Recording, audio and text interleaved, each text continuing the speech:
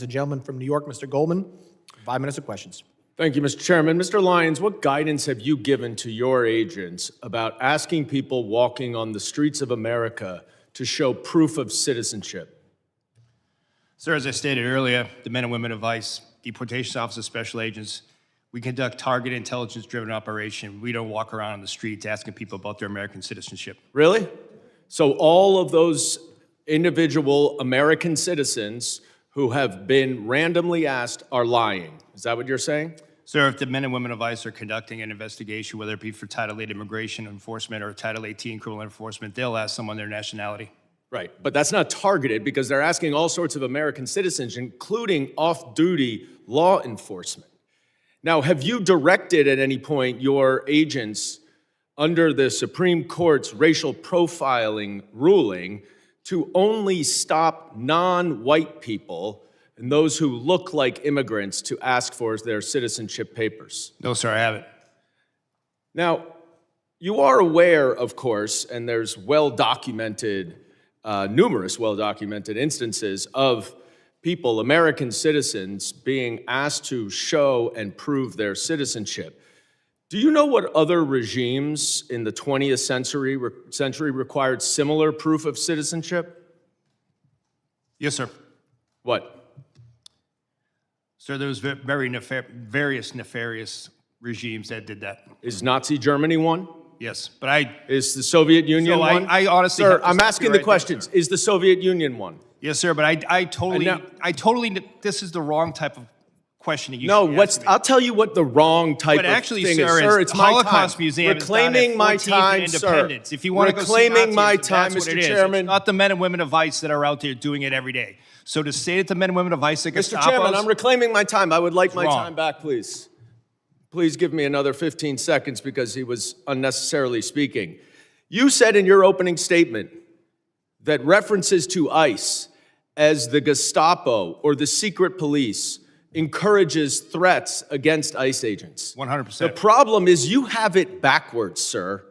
People are simply making valid observations about your tactics, which are un-American and outright fascist. So I have a simple suggestion.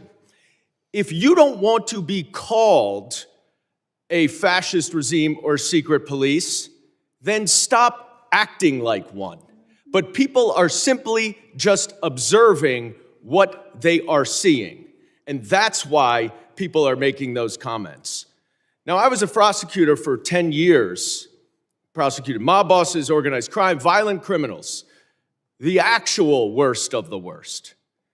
Not a single criminal law enforcement agent that I worked with wore a mask to conceal their identity. But your department, which is a civil law enforcement agency, is defending the use of masks by your agents because of a so-called rise in threats and assaults against your officer.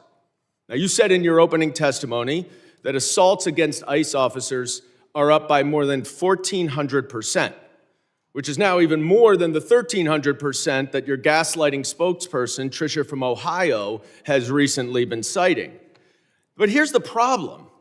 There are two separate, very detailed, very thorough investigative reports based on your own data that both conclude that assaults against ICE officers are up about 25%, which is far less, of course, than you assert, and far less than you would expect from an agency that has more than doubled its hiring and has an even greater increase in arrests. Now, why is that a problem, Mr. Lyons?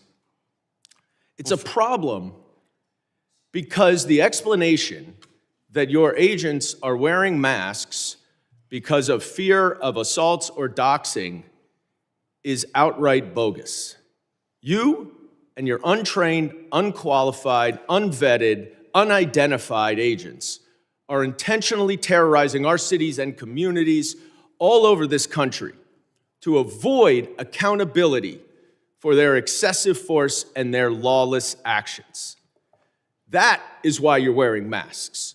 So no one can hold you accountable, and you know that the FBI is not going to, because notwithstanding all of the investigations all of you say are going on, the Department of Justice and the FBI has stated they are not investigating those two murders. This is not the America that I know and love. This is not the America my immigrants came to. And it's long past time that you rein in your out-of-control agency and start following the law and the Constitution, and I yield back. Gentlemen,